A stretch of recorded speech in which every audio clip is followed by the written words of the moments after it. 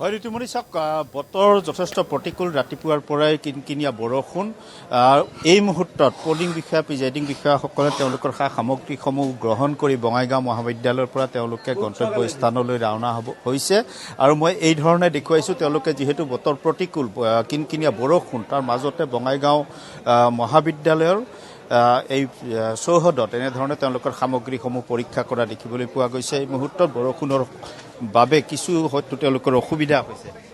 কি অসুবিধা পাইছে? বৰষুণৰ বাবে কিছু অসুবিধা হৈছে কিছু এইটো প্ৰাকৃতিক দুৰ্যোগ, এটাত কিছু অসুবিধা হ'বই। আমি চৰকাৰী কৰ্মচাৰী হিচাপে মানি লৈছোঁ। এইটো এটা নিৰ্বাচন, এটা আমাৰ কৰ্তব্য যে গণতান্ত্ৰিক দেশত পঞ্চায়তৰ নিৰ্বাচনত আমাৰ কষ্ট হ'লেও এইখিনি কাম আমি গণতান্ত্ৰিক পৰম্পৰা ৰক্ষাৰ বাবে এইটো কৰা আমাৰ চৰকাৰী কৰ্মচাৰী হিচাপে আমাৰ এইটো কৰ্তব্য। পূৰ্বে এই ডিউটি কৰিছিলে? মই কৰিছিলোঁ, আগত কৰিছিলোঁ। বেলটত প্ৰথমবাৰ? না, বেলটত মই আগতো পাইছোঁ। এইবাৰ ভাল লাগে বেলটত, এটা ট্ৰেডিশ্যনেল ছিষ্টেম ইণ্ট্ৰডিউচ হোৱা যেন লাগে।